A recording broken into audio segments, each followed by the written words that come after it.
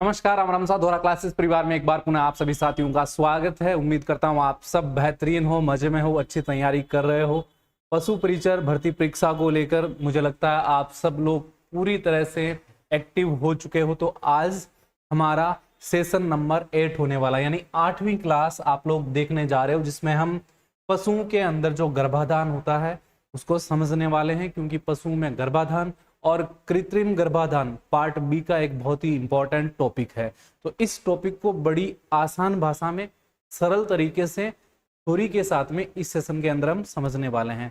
आपने अगर पहले इसको पढ़ा भी है तो भी इस सेशन को देखने के बाद में यहाँ से एक भी सवाल नहीं छूटेगा, क्योंकि इस समय बहुत सारे लोग आपको पढ़ा रहे हैं। तो बीच बीच में से आधा अधूरा इधर उधर से जो मैटर है वो बना के पढ़ा रहे हैं, जिसमें बहुत सारी त्रुटियां और बहुत कम जो मैटर है वो आपको मिल रहा है। ऐसे में डिटेल में आपको ये क्लास मिलेगी, यहाँ से बाहर आपका सवाल नहीं जाएगा और किस किस प्रकार की बातें आपको समझना है जहां से सवाल जो है वो बनने वाला है। एक बार मैं चाहूंगा आप सभी साथी इस सेशन को जरूर शेयर कर दें।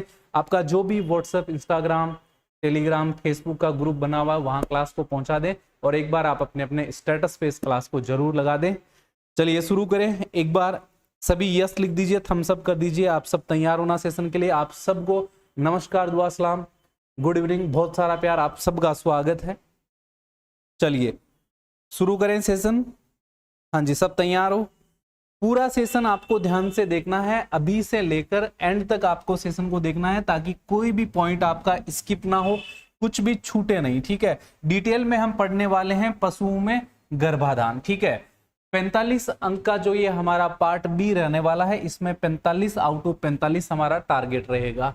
जो बच्चे बैच के बारे में पूछते हैं उनके लिए पार्ट बी का बैच दोहरा क्लासेस एप्लीकेशन पर मात्र 399 रुपए में उपलब्ध है, 1 साल की वैलिडिटी के साथ में। सभी क्लास नोट्स, टेस्ट सीरीज और महत्वपूर्ण प्रश्नोत्तर यहाँ पर आपको मिल जाएंगे।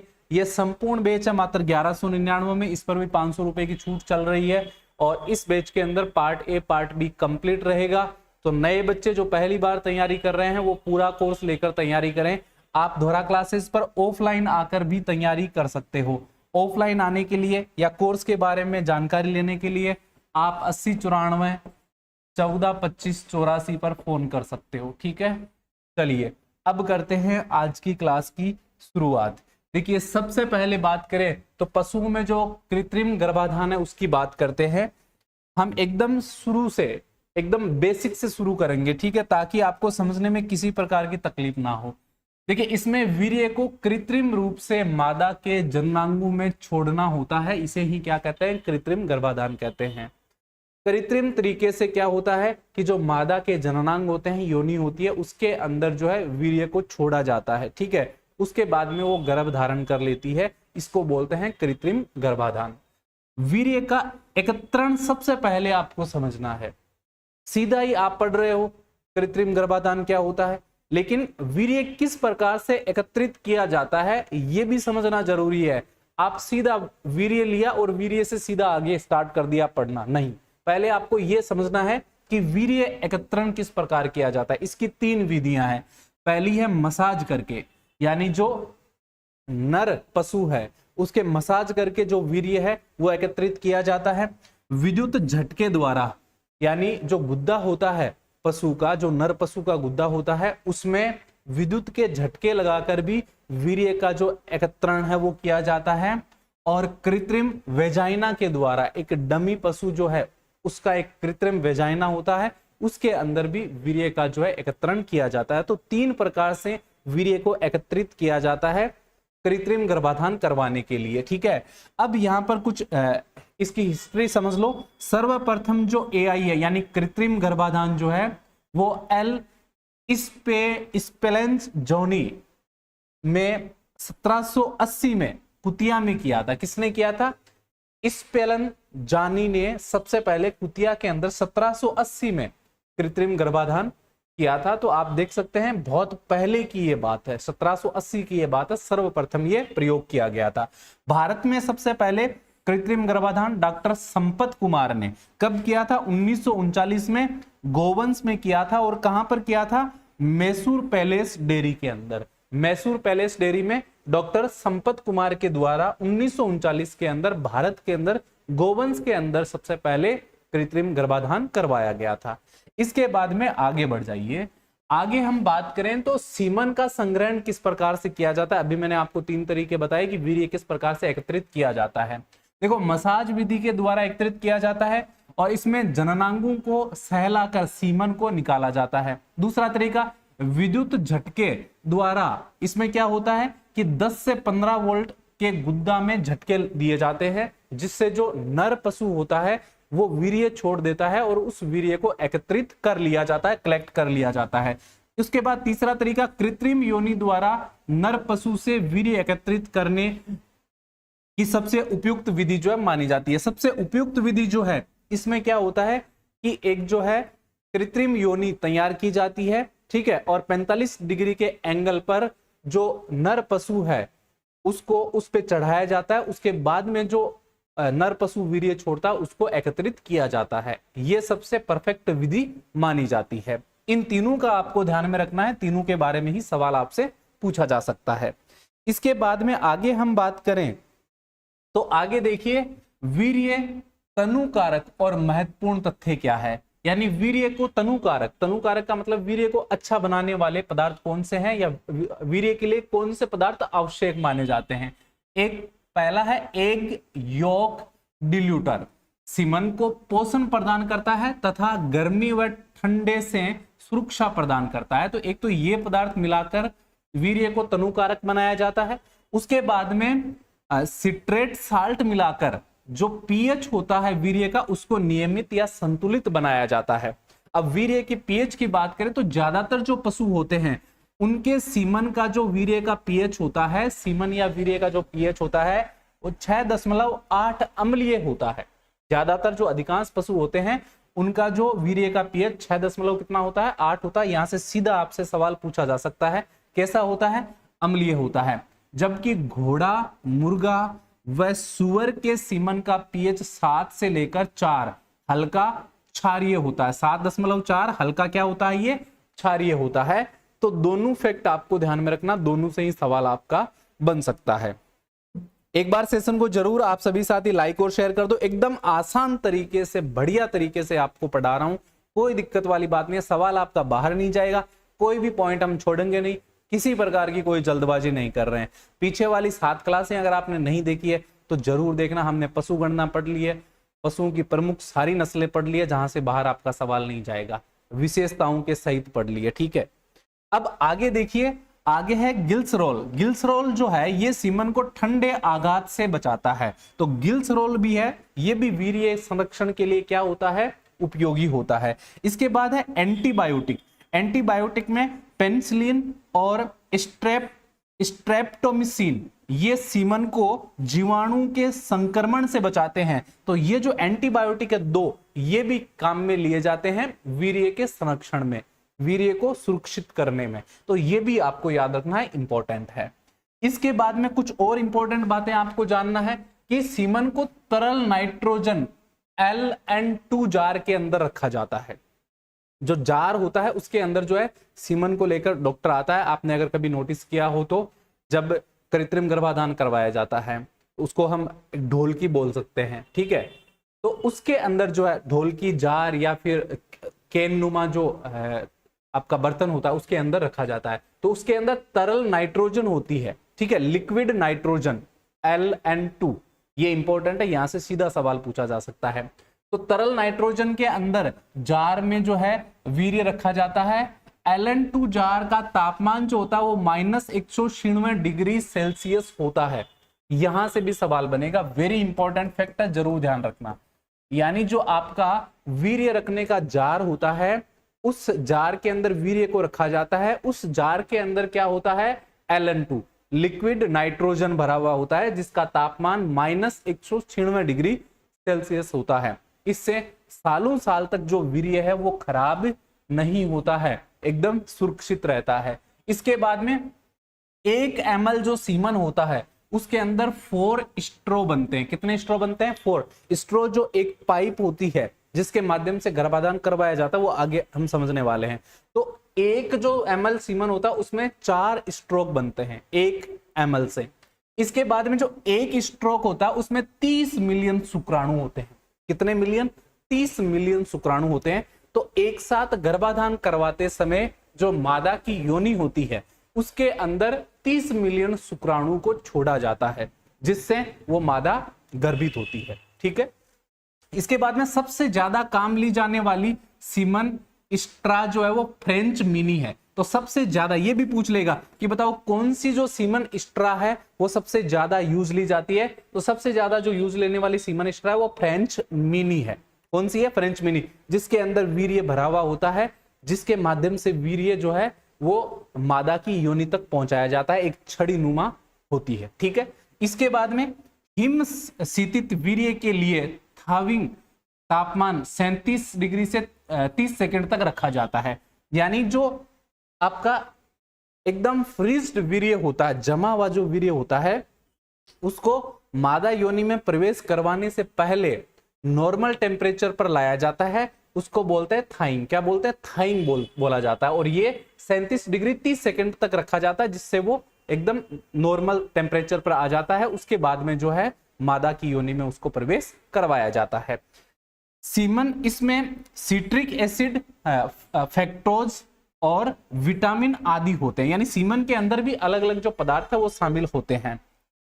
थॉइंग प्रोसेस, इसमें फ्रोजन सीमन को 35 से 37 डिग्री सेल्सियस तक गुनगुने पानी में रखकर द्रव्य सीमन में परिवर्तित करते हैं। तो ये आपकी विधि आपसे पूछी जा सकती है कि थॉइंग जो विधि है क्या होती है। तो थॉइंग विधि के अंदर जो फ्रोजन सीमन होता है उसको 35 से 37 डिग्री सेल्सियस गर्म पानी के अंदर या गुनगुने पानी के अंदर रखा जाता है, जिससे जो फ्रीज्ड वीर्य होता है, जमा हुआ वीर्य होता है, वो तरल हो जाता है। उसके बाद में जो मादा योनि है उसके अंदर प्रवेश करवाया जाता है। ठीक है, मैं आ गया सर। स्वागत है जो भी आप साथी जुड़े हो सेशन के अंदर, आप सबको राम राम सा खमा गणी स्वागत है आप सबका। सर आप कहाँ से हो? आपकी कोचिंग कौन सी जगह है? हमारी कोचिंग है सुजानगढ़ जिला में। जिले की घोषणा हो गई है तो जिला बोलूंगा, सुजानगढ़ जिला। ठीक है, पहले जो चूरू में आता था। तो सुजानगढ़ में हमारी ऑफलाइन कोचिंग है, आप ऑफलाइन आकर भी तैयारी कर सकते हो। अभी मैंने कॉन्टेक्ट नंबर आपको दिए हैं इस क्लास में, अगर अभी जुड़े हो तो आप बैक जाकर देख सकते हो। एक बार मैं चाहूंगा सभी साथी इस सेशन को लाइक और शेयर जरूर कर दे जिन्होंने अभी तक नहीं किया है। ठीक है, आप अपने स्टेटस पे लगा लिया करें या फिर आपका जो भी ग्रुप है उसमें शेयर कर दिया करें। ये जो मैंने पॉइंट बताए हैं यहाँ से 100% सवाल बनेगा, तो अच्छे से इनको आप पढ़ लेना। ठीक है, रिविजन कर लेना। इसके बाद में आगे बढ़ते हैं। पशुओं में प्रजनन मूलतः 3 प्रकार से होता है। कितने प्रकार का प्रजनन होता है? 3 प्रकार का होता है। सबसे पहला है उनियन विधि। इस विधि का उपयोग कम दूध देने वाली देसी गायों के आर्थिक गुणों में सुधार हेतु लाया जाता है। यानी उनियन विधि के अंदर जो गायें कम दूध देती है उनमें अधिक दूध की मात्रा बढ़ाने के लिए, आर्थिक गुणों में सुधार लाने के लिए जो है उनियन विधि का यूज किया जाता है। इस विधि में अच्छे नस्ल के नर बुल का कम दूध लेने वाली देसी गायों तथा ग्रेडिंग की गई मादा के साथ पीढ़ी समागम कराते हैं। इस प्रकार 4-5 पीढ़ियों के बाद देसी उन्नत नस्ल में परिवर्तित हो जाती है। यानी इस विधि के अंदर टाइम बहुत लगता है नस्ल सुधार में, 3-4 पीढ़ियां तो कम से कम लग जाती है एकदम बहुत अच्छी नस्ल बनाने के अंदर। तो इसमें ये टाइम टेकिंग जो है ये आपकी विधि है, एवं उसके दूध उत्पादन की क्षमता बढ़ जाती है। दूध की जो किस्म है, दूध की जो क्षमता वो बढ़ जाती है, गुणवत्ता जो है वो बढ़ जाती है, और दूध देने की क्षमता वो बढ़ जाती है इस विधि के द्वारा। ठीक है, दूसरी जो विधि है, दूसरी है संकरण विधि। संकरण विधि की बात करें तो इस विधि में पशुओं के 2 या उससे अधिक नस्ल का समागम कराया जाता है। 2 या उससे अधिक नस्ल का क्या कराया जाता है? समागम करवाया जाता है। यह आर्थिक गुणों में श्रेष्ठ पशुओं की उत्पत्ति एवं विभिन्न नस्लों की गुणों को संकर पशु में एकत्रित करने और नई नस्लों के निर्माण के लिए किया जाता है। यानी नई नस्ल बनाने के लिए जो है अलग अलग नस्लों, एक या एक से अधिक नस्लों का समागम करवाकर जो है इस विधि के द्वारा नई नस्ल जो है वो बनाई जाती है। इस विधि में देसी गाय का विदेशी नस्ल के नर से प्रजनन कराया जाता है। यानी देसी नस्ल की अपनी गाय हो गई और विदेशी नस्ल का जो बुल है उसके साथ में जो है प्रजनन जो है करवाया जाता है, जिससे एक नई नस्ल बन जाती है। इसके बाद में आता है नंबर 3 पे चयन विधि। चयन विधि क्या है? इस विधि में गाय या भैंस के समान नस्ल का प्रजनन कराते हैं।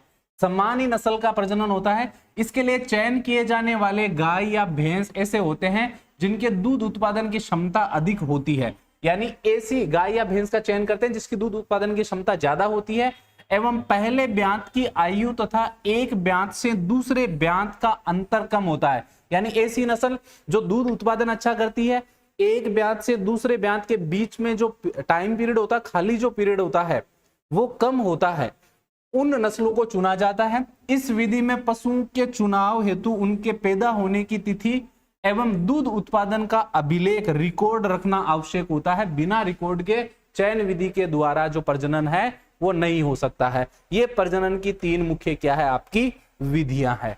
इसके बाद में आगे बढ़ते हैं, आगे बात करें कि गाभिन करवाने का समय कौन सा होता है, किस समय में जो है गाभिन करवाना चाहिए, ठीक है, यानी किस समय में मादा पशु को गर्भ धारण करवाना चाहिए। सीधा सीधा संकर नस्ल के गोपशुओं का उनकी आयु 16 से 18 माह में लैंगिक प्रौढ़ता आनी चाहिए एवं पहला ब्यांत जो है वो 26 से 28 माह की आयु तक होना चाहिए। ये शर्तें हैं क्या करवाने के लिए, मादा पशु को गर्भ धारण करवाने के लिए। पहले ब्यांत के बाद हर 12 से 14 माह के अंतर पर अगला ब्यांत आना स्वस्थ पशु की पहचान है। भैंस में उनकी आयु 26 से 30 माह में लैंगिक प्रौढ़ता आनी चाहिए और पहला ब्यांत 38 से 40 माह की आयु का होना चाहिए, ठीक है। ये कुछ शर्तें हैं गाभिन करवाने के लिए। आपको ये अवधि जो दी गई है ये जरूर ध्यान में रखना, यहां से सवाल बन सकता है। गाय या भैंस से रिलेटेड ही आपका क्या बनेगा, यहाँ पे सवाल बनेगा, ठीक है। इसके बाद में आगे बढ़ते हैं। ये बात समझ आ गई? सर आप बहुत अच्छा पढ़ाते हैं, धन्यवाद। चलो आगे बढ़िए।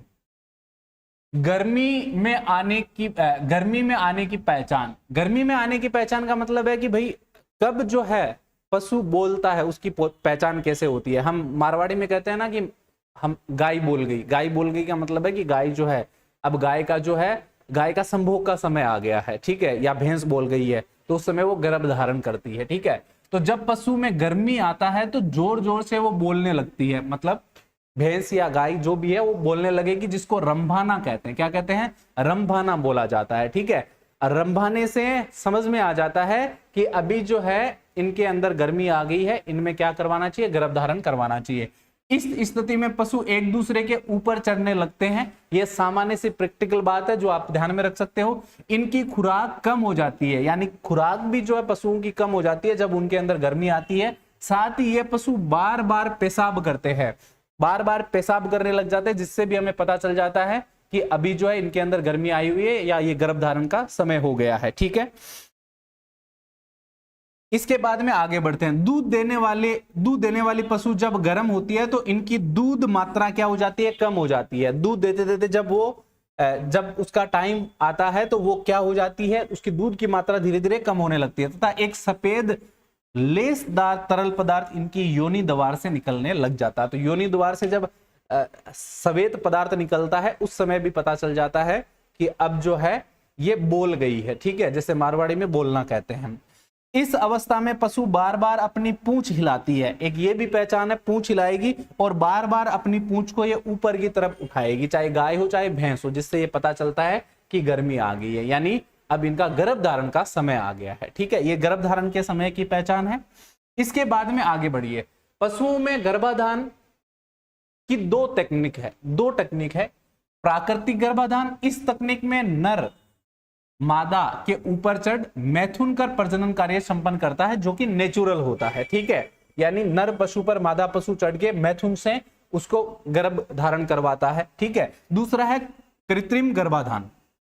इस तकनीक में मादा के गर्मी में आने पर गर्भाधान यंत्र द्वारा, किसके द्वारा, गर्भाधान यंत्र के द्वारा नर का सीमन मादा के गर्भाशय में डालकर प्रजनन कार्य संपन्न किया जाता है। प्राकृतिक गर्भाधान में नर और मादा का मिलन होता है और कृत्रिम गर्भाधान में नर और मादा का मिलन नहीं होता है, क्योंकि जो गर्भाधान यंत्र होता है, जो गन होती है गर्भाधान की, उसके माध्यम से जो है गर्भाधान करवाया जाता है, ठीक है। तो इसके अंदर एक प्रशिक्षित डॉक्टर की जरूरत रहती है, जो जाकर जो मादा है उसकी योनि में वीर्य छोड़ देता है, जिससे वो गर्भधारण कर लेती है। ये आपकी सिंपल सी क्या है, कृत्रिम विधि है। सबसे पहले देखते हैं कि किस प्रकार से जो है वीर्य का एकत्रीकरण और उसका संरक्षण किया जाता है। किस प्रकार से वीर्य का एकत्रीकरण होता है। सबसे पहले वीर्य क्या करना होता है, कलेक्ट करना होता है, ठीक है। उसके बाद में उसका प्रिजर्वेशन यानी संरक्षण करना होता है।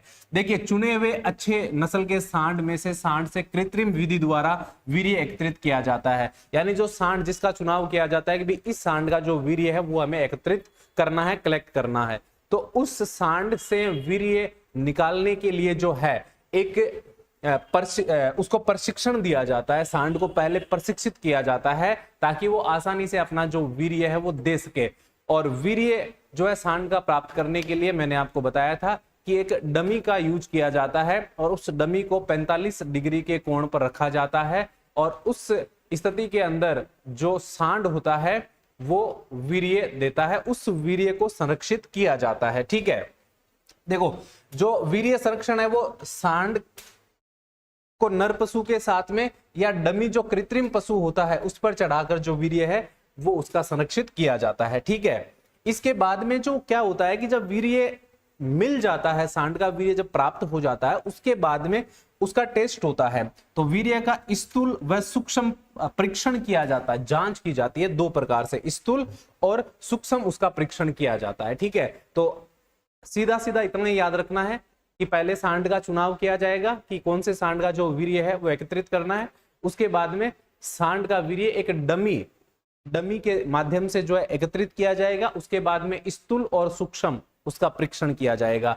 अब उसके बाद में देखो, स्थूल जो परीक्षण होता है उसमें क्या क्या चेक किया जाता है। स्थूल परीक्षण के अंदर वीर्य का रंग, आयतन, गाढ़ापन यानी सघनता की बारीकी के साथ में जांच की जाती है, परीक्षण किया जाता है। तो स्थूल के अंदर क्या क्या चीजें आएगी, रंग, आयतन और गाढ़ापन, ये तीन विशेष ध्यान रखना। आपसे सवाल ऐसे पूछा जाएगा कि जब वीर्य का स्थूल परीक्षण किया जाता है तो किन चीजों का ध्यान में रखा जाता है, तो उसका रंग, आयतन और गाढ़ापन, ये मुख्य रूप से आपको ध्यान में रखना। गाढ़ापन को हम सघनता भी बोल सकते हैं। इन तीन चीजों का ध्यान रखा जाता है। उसके बाद में सूक्ष्म परीक्षण होता है, तो दो ही परीक्षण ध्यान में रखना है। नंबर 1 सूक्ष्म स्थूल परीक्षण और नंबर 2 आपका हो गया सूक्ष्म परीक्षण। सूक्ष्म परीक्षण में वीर्य को सूक्ष्मदर्शी के नीचे रखा जाता है, सूक्ष्मदर्शी के माध्यम से उसका परीक्षण किया जाता है, उसकी जांच की जाती है। सूक्ष्म परीक्षण में क्या होता है, इसमें वीर्य में शुक्राणुओं की संख्या क्या चेक किया जाता है, शुक्राणुओं की संख्या, बड़ा इंपॉर्टेंट है, स्टार लगा लेना। क्या क्या चेक करेंगे, शुक्राणुओं की संख्या चेक करेंगे, उनकी गति कि किस प्रकार से वो गति कर रहे हैं वीर्य के अंदर, ये चेक किया जाता है। उनमें जीवित और मृतिक अनुपात जो है वो जांच किया जाएगा कि जो शुक्राणु उसके अंदर है उनमें जीवित और मृतक का अनुपात कितना है, क्योंकि सभी जीवित नहीं होते हैं, लाखों करोड़ों की संख्या में जो शुक्राणु होते हैं उनमें किसी भी प्रकार की कोई विकृति तो नहीं है, यानी कोई कमी तो नहीं है, यानी जो वीर्य है उसके अंदर जो शुक्राणु है वो एकदम परफेक्ट तो है ना, कोई दिक्कत तो नहीं है। ऐसा ना हो कि जब कृत्रिम गर्भाधान करवा दिया जाए उसके बाद में कोई है उसमें कमी रह जाए, तो ऐसा ना हो। तो ये दो प्रकार के टेस्ट किए जाते हैं वीर्य के, ठीक है। सूक्ष्म परीक्षण और स्थूल परीक्षण, दोनों के अंदर अलग अलग बातें हैं, अलग अलग मैंने आपको बता दी है। बात समझ में आ गई? एक बार इतना समझ में आ गया तो फटाफट यस लिख दो। ए बारिश मत बरसा, मत बरस सर को आने दे, आने के बाद इतना बरस की सर जा ना सके। अच्छा, बारिश का मौसम है इसलिए आप कह रहे हो। मंजू चौधरी, शानदार तंज कस रहे हो ना। गंगानगर सिटी से, डिस्ट्रिक्ट से कौन है? बहुत सारे हैं। देखो, वो आपकी मानसिकता पे डिपेंड करता है, आपके फायदे पे डिपेंड करता है कि देसी नस्ल अच्छी होती है या विदेशी नस्ल अच्छी होती है। कुछ लोगों का देसी नस्ल में इंटरेस्ट होता है तो वो देसी नस्ल पालन में विश्वास करते हैं, और जो डेयरी उद्योग करते हैं उनके लिए विदेशी नस्ल भी फायदेमंद होती है क्योंकि उससे दूध का उत्पादन ज्यादा होता है। तो ऐसे में ये इंडिविजुअल चीजें हैं आप लोगों के लिए, ठीक है। मोहन, विनीता, दिनेश, मोहन, विनोद, निकुश, एक बार बता दो, इतना समझ में आ गया ना दोनों चीजें। वीर्य का एकत्रीकरण किया जाता है, सांड को डमी जानवर के माध्यम से उसका वीर्य एकत्रित किया जाता है। उसके बाद में दो प्रकार के टेस्ट होते हैं, एक होता है स्थूल और एक होता है सूक्ष्म। स्थूल के अंदर रंग, आयतन और गाढ़ापन आता है, और सूक्ष्म के अंदर शुक्राणु की संख्या, उनकी गति, उनमें जीवित और मृत शुक्राणु कितने हैं, इस बात की जांच की जाती है। एकदम सरलता से आपको मैंने बता दिया है। इसके बाद में आगे बढ़ जाइए। आजकल कई केंद्रों पर वीर्य के कुछ विशेष परीक्षण भी किए जाने लग गए हैं। तो नए नए परीक्षण, आप सबको पता है नई नई टेक्नोलॉजी है वो डेवलप हो रही है, तो नए नए टेस्ट जो है वो बनकर आ रहे हैं, जिसमें शुक्राणु के अंडाणु को निषेचित करने की क्षमता का पता चलता है कि भाई शुक्राणु के अंदर अंडाणु को निषेचित करने की क्षमता कितनी, इस बात का भी पता किया जाने लग गया है। वीर्य के उपरोक्त परीक्षणों के बाद कुछ विशेष माध्यमों द्वारा उसके आयतन में वृद्धि की जाती है। भाई आयतन में अगर कमी होती है तो आयतन में वृद्धि भी की जाती है। फिर इस वीर्य को भविष्य में किसी भी स्थान और समय पर प्रयोग करने के लिए संरक्षित कर दिया जाता है। फिर इस वीर्य को कहां रखा जाता है? वीर्य की जांच हो गई है, आयतन उसका अगर बढ़ाना हो तो बढ़ा दिया गया है, अब उस वीर्य को संरक्षित किया गया है। और संरक्षित करने के लिए जो है वीर्य को इस, आप कह सकते हो ये ढोलकी कह सकते हो मारवाड़ी के अंदर, इसके अंदर रखा जाता है। यानी ये वीर्य संरक्षित करने के लिए क्या है, आपकी स्पेशल जो बर्तन है वो बनाया गया है। ठीक है, हनुमानगढ़ से गुरुदेव स्वागत है। Good evening sir, very good evening. एक बार चाहूंगा आप सभी साथी सेशन को जरूर शेयर कर दें, जिसने भी शेयर नहीं किया है अपने व्हाट्सएप स्टेटस पे लगा दें, और बाकी अन्य जो भी आपके ग्रुप बने हुए उनके अंदर शेयर कर दें ताकि बाकी साथी भी शामिल हो सके। ठीक है, तो ये जो है वीर्य को इसके अंदर रखा जाता है। कल मैंने आपको बताया था लिक्विड नाइट्रोजन के अंदर इस वीर्य को रखा जाता है। ठीक है, -98 डिग्री सेल्सियस तक इसका तापमान रहता है, जिसके अंदर वीर्य बिल्कुल भी खराब नहीं होता है। इसके अंदर आप ये डायग्राम है, थोड़ा सा डायग्राम को देख लो, इसके अंदर क्या क्या होता है। सबसे ऊपर बात करें तो इसमें लॉकिंग कवर होता है, फिर वैक्यूएटिंग नोजल इसके अंदर यहां पर लगा हुआ होता है। इसके बाद इस साइड में बात करें तो ये एक इसका क्रुक बना हुआ होता है, और यहां पर पकड़ने के लिए जो है हैंडल बना हुआ होता है, और इसके अंदर एक नेक ट्यूब होती है। ये इसके अंदर क्या है, एक नेक ट्यूब बनी हुई है। इसके बाद में बात करें तो एडसोर्बेंट, इसके अंदर ये एडसोर्बेंट जो है ये इसके अंदर यहां पर दोनों तरफ होता है। इसके बाद में इनर वेजल, ये आपके इसके अंदर क्या होती है, इनर वेजल बनी हुई होती है। इधर बात करें तो आउटर शेल, इसकी यहाँ पर ये जो है आउटर सेल बनी हुई होती है, और अंदर इसके कनिस्टर होता है, जिसके अंदर जो वीर्य है वो आपका संरक्षित किया जाता है। और इसके अंदर क्या होता है, लिक्विड नाइट्रोजन भरा हुआ होता है, जिससे वीर्य सुरक्षित रहता है। देखो गहन हिमकृत वीर्य, इसके अंदर क्या होता है, हिमकृत जमा हुआ वीर्य, वीर्य जम जाता है इसके अंदर, जमा हुआ वीर्य जो होता है उसको बोलते हैं गहन हिमकृत वीर्य। गहन हिमकृत वीर्य द्वारा पशुओं में गर्भाधान की विधि किस प्रकार से, देखिए आजकल संपूर्ण विश्व के अंदर ज्यादातर गहन हिमकृत वीर्य का ही प्रयोग होने लगा है। क्योंकि पहले क्या होता था कि जब वीर्य को हिमकृत नहीं करवाया जाता था तो वीर्य बहुत जल्दी खराब हो जाता था। खराब होने की वजह से लंबे समय तक वो संरक्षित नहीं रखा जा सकता, और आसान नहीं होता था कृत्रिम गर्भाधान करवाना। लेकिन अब जो है, अब क्या होने लग गया है कि जो वीर्य है उसका संरक्षण बहुत अच्छे से होने लग गया है, जो सालों साल तक चल सकता है, और कहीं भी उस वीर्य को ले जाया जा सकता है बड़ी आसानी से। ठीक है, इसमें एक प्रशिक्षित व्यक्ति हिमकृत वीर्य को पुनः द्रव अवस्था में लाकर कृत्रिम गर्भाधान गन की सहायता से रेक्टोवेजाइनल विधि द्वारा गरमाई हुई मादा की प्रजनन नली में डालता है। भाई वीर्य को हमने रक्षित कर लिया, इसके अंदर वीर्य को भर लिया। ठीक है, अब वीर्य आपका एकदम सुरक्षित है, संरक्षित है, एकदम बढ़िया है, कोई दिक्कत नहीं है। अब जब भी जरूरत पड़ेगी क्या करवाने की, कृत्रिम गर्भाधान करवाने की, तो कृत्रिम गर्भाधान करवाया जाएगा किससे, रेक्टोविजाइनल विधि के द्वारा। तो सबसे ज्यादा जो प्रचलित विधि है वो रेक्टोविजाइनल विधि है। पहले विजाइनल विधि का यूज होता था, विजाइनल विधि में बहुत सारी कमियां थी, इस वजह से उसको कम कर दिया गया है, और रेक्टोविजाइनल विधि के द्वारा जो है कृत्रिम गर्भाधान करवाया जाने लग गया है। तो रेक्टोविजाइनल विधि के अंदर क्या होता है कि प्रजनन नली, एक प्रजनन नली होती है, उसके अंदर जो है वीर्य भरा जाता है, और उसके बाद में जो है वो इंजेक्ट किया जाता है। लेकिन उससे पहले कुछ बातें समझ लो। वीर्य का द्रवीकरण क्या होता है, वीर्य को द्रव अवस्था में बदला जाता है, क्योंकि वीर्य किसके अंदर होता है, वीर्य हिमकृत होता है, फ्रोजन होता है, जमा हुआ होता है। तो उसको कृत्रिम गर्भाधान करवाने से पहले सामान्य तापमान पर लाया जाता है, जिसको द्रवीकरण बोला जाता है। इसको थाइंग बोलते हैं। यहां से सवाल बन सकता है, इस बात का आपको विशेष ध्यान रखना है। देखिए हिमकृत वीर्य का प्रयोग करने से पहले इसे सामान्य तापमान पर तरल अवस्था में लाया जाता है, इस क्रिया को थाइंग कहते हैं। इसमें एक बीकर में 37 डिग्री सेल्सियस तापमान पर पानी लिया जाता है, पानी लिया जाता है, उसका टेम्परेचर होता है 37 डिग्री सेल्सियस। हिमकृत वीर्य के तृण को तरल नत्रजन कंटेनर, ये जो आपने देखा था ये तरल नत्रजन क्या है, कंटेनर है। यहां पर आपने जो देखा था ये तरल नत्रजन कंटेनर है। इस कंटेनर से जो है वीर्य को बाहर निकाला जाता है, ठीक है, और उस बिकर में रखा जाता है। कितनी देर रखा जाता है, यहां से भी सवाल पूछा जा सकता है। ऐसे नहीं कि 5, 10, 15 मिनट तक रखा जाता, नहीं, ये 15 से लेकर 30 सेकंड के लिए रखा जाता है, जिससे जो वीर्य है वो द्रव अवस्था में आ जाता है। और द्रव अवस्था में आने के बाद में तृण को पानी से निकालकर उसे सुखा लिया जाता है।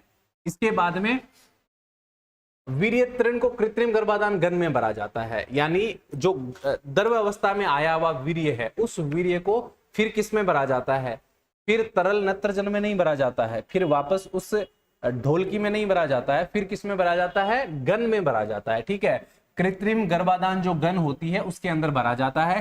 कृत्रिम गर्भाधान गन जो है वो 18 से 19 इंच लंबी होती है। कितनी लंबी होती है, 18 से 19 इंच लंबी होती है। इस प्रकार की जो है वो आपकी गन होती है। इस गन के अंदर जो है वीर्य को भरा जाता है। ठीक है, इसके बाद में जिसके अंदर एक पिस्टन लगा हुआ होता है, इसके एक सिरे पर प्लास्टिक का एक छल्ला होता है। इसके अंदर क्या लगा होता है, पिस्टन लगा हुआ होता है। ठीक है, और एक साइड पर क्या होता है, एक सिरे पर प्लास्टिक का छल्ला होता है। थाइंग के पश्चात वीर्य तृण को फैक्ट्री पलक द्वारा सीरागन के अंदर रखा जाता है। फैक्ट्री जो पलक होता है उसको, उसके माध्यम से जो सीरा होता है, द्रव अवस्था के अंदर जो वीर्य होता है, उसको बिकर का उसके अंदर रखा जाता है। ठीक है, तथा पॉलीविनाइल से सील किए सिरे को गन से बाहर रखते हैं। इसके पश्चात गन से बाहर वाले सिरे को एक साफ कैंची अथवा स्ट्रा कटर की सहायता से समकोण पर काट दिया जाता है। समकोण पर यानी 90 डिग्री पर उसको काट दिया जाता है। एक प्लास्टिक की सित को कृत्रिम गर्भाधान गन के ऊपर चढ़ा देते हैं, जिसे छल्ले के द्वारा अपने स्थान पर ठीक सेक्स दिया जाता है। यानी जो है कृत्रिम गर्भाधान जो गन है, उस गन के अंदर वीर्य को भरा जाता है, गन को व्यवस्थित किया जाता है, और उसके बाद में जो है जो मादा पशु है उसकी योनि में उसको डाला जाता है। उसके बाद में क्या होता है कि पिस्टन को थोड़ा सा ऊपर की ओर दबाकर वीर्य तृण से वीर्य को जो है योनि के अंदर छोड़ा जाता है। ये पूरी प्रक्रिया जो है ये मैं आपको अभी डिटेल में यहां बता देता हूं। देखिए, कृत्रिम गर्भाधान की 2 विधियां हैं। ठीक है, एक तो विजाइनल विधि, एक है रेक्टो विजाइनल। विजाइनल विधि के अंदर बहुत सारी प्रॉब्लम्स होती थी, यानी इस विधि के अंदर कमियां थी, कमियां होने की वजह से इसको प्रचलन से बाहर किया जा रहा है और रेक्टो विजाइनल विधि का यूज किया जा रहा है। इस विजाइनल विधि के अंदर क्या होता था कि बहुत बार जो गर्भ होता था मादा का, उसके अंदर इन्फेक्शन हो जाता था। इन्फेक्शन होने की वजह से जो कृत्रिम गर्भाधान है वो सफलतापूर्वक नहीं हो पाता था और जानवर को भी बहुत ज्यादा तकलीफ का सामना करना पड़ता था। इस वजह से इस विधि को जो है हटाया गया। अब यहां पर देखिए किस प्रकार से जो है कृत्रिम गर्भाधान करवाया जाता है। इस डायग्राम के माध्यम से आपको ये पूरी बातें समझ में आ जाएगी। जैसे ये एक मादा जो है, मादा पशु है। मादा पशु का जो गुद्दा है उसके अंदर जो भी आपका डॉक्टर होगा, आपको नहीं करना ये काम, डॉक्टर को करना, आपको तो खाली सहायता करनी है, क्योंकि आपकी पोस्ट जो है पशु परिचर की है। ठीक है, हो सकता है आगे बढ़कर आप डॉक्टर बन जाओ। पहले क्या करना है, आपको ये चीजें समझ में आनी चाहिए, आपको ध्यान में रखना है। यहां से कोई बहुत ज्यादा डीपली सवाल आपसे नहीं पूछा जाएगा। देखिए क्या किया जाता है कि गुद्दे के अंदर जो है हाथ डाला जाता है। ठीक है, ये देखिए यहां से ये जो है हाथ डाला गया है। ठीक है, ये गुद्दे के माध्यम से जो है हाथ डाला जाता है और सर्जिकल जो ग्लव्स होते हैं वो पहने हुए होते हैं। ठीक है, ये हाथ डाला जाता है। ठीक है, और यहां से देखिए, यहां से आपको ये जो नली दिखाई दे रही है, ये जो है गन है आपकी। ठीक है, ये गन है। तो एक हाथ अंदर डाला गया है गुद्दे से, दूसरा हाथ जो है मादा की जो योनि है वहां से जो नली है उसको प्रवेश करवाया गया है। ठीक है, इसके बाद देखिए योनि द्वार जो है, यहाँ पर जो आपका योनि द्वार है, इसके माध्यम से जो है ये नली जो है ये अंदर डाली गई है, मतलब ये जो गन है ये अंदर डाली गई है। और इसके बाद में यहाँ आपका जो ये पशु का मूत्राशय हो गया, यहाँ से आपकी ये जो नली है ये आगे बढ़ रही है, ये जो है यहाँ अंदर जो है गिरवा हो गया, और इधर जो है फिर यहां से देखो, यहां से चेक किया जाएगा कि जो गन है वो सही स्थिति में है या नहीं है। तो ऊपर वाले हाथ से ये पता किया जाता है कि जो गन है उसकी स्थिति बिल्कुल सही है ना। यहां पर जब ये जांच की पता चल जाता है, जांच हो जाती है कि जो गन है ये बिल्कुल अपनी सही जगह पर है, तो यहां से पिस्टन के माध्यम से फिर ये जो वीर्य है यहां पर छोड़ दिया जाता है। ठीक है, गर्भाशय के अंदर फिर क्या होता है, यहां से जो वीर्य है वो आगे गति करता हुआ अंडाशय के अंदर जो डिंब वाहिनियां है उनके साथ में ये गर्भाशय के अंदर प्रवेश कर जाता है।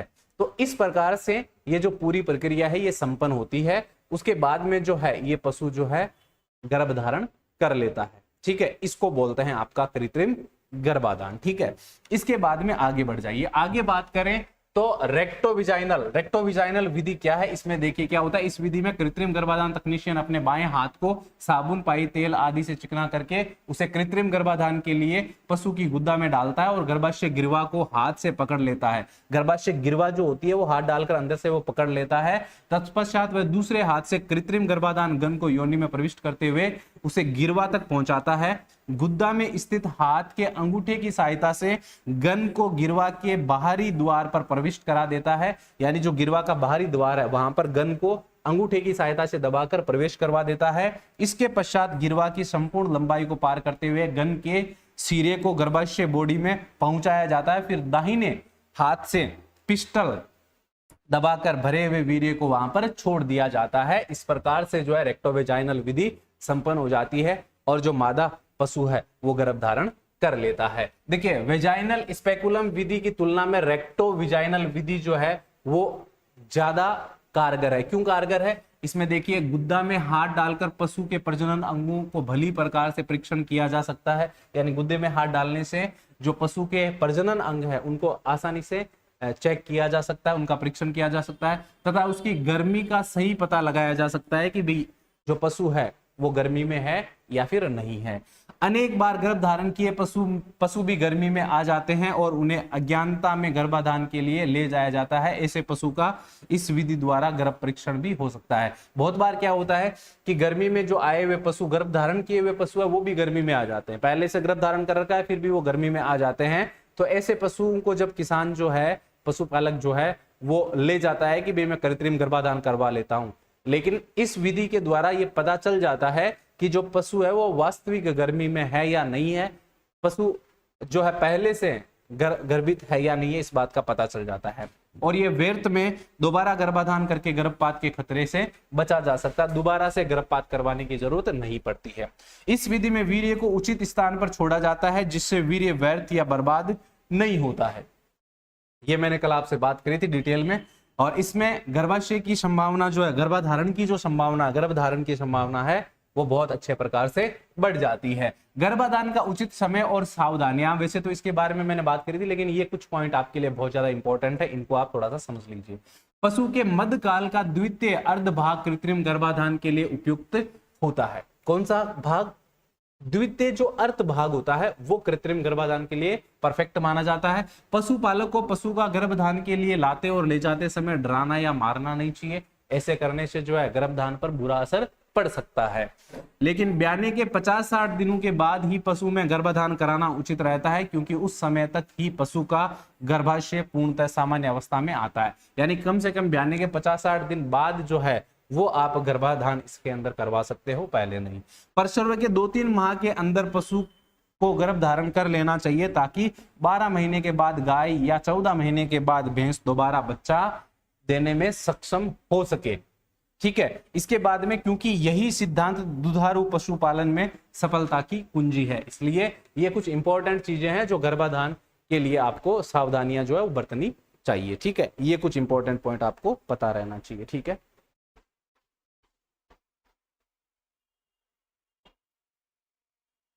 चलिए ये बात समझ में आ गई। इसके बाद में देखिए कुछ ये चीजें भी आप साथ में याद कर लो, कुछ पॉइंट्स हैं। प्रथम भेड़ का क्लोन आप सबको पता होना चाहिए, डोली भेड़ है।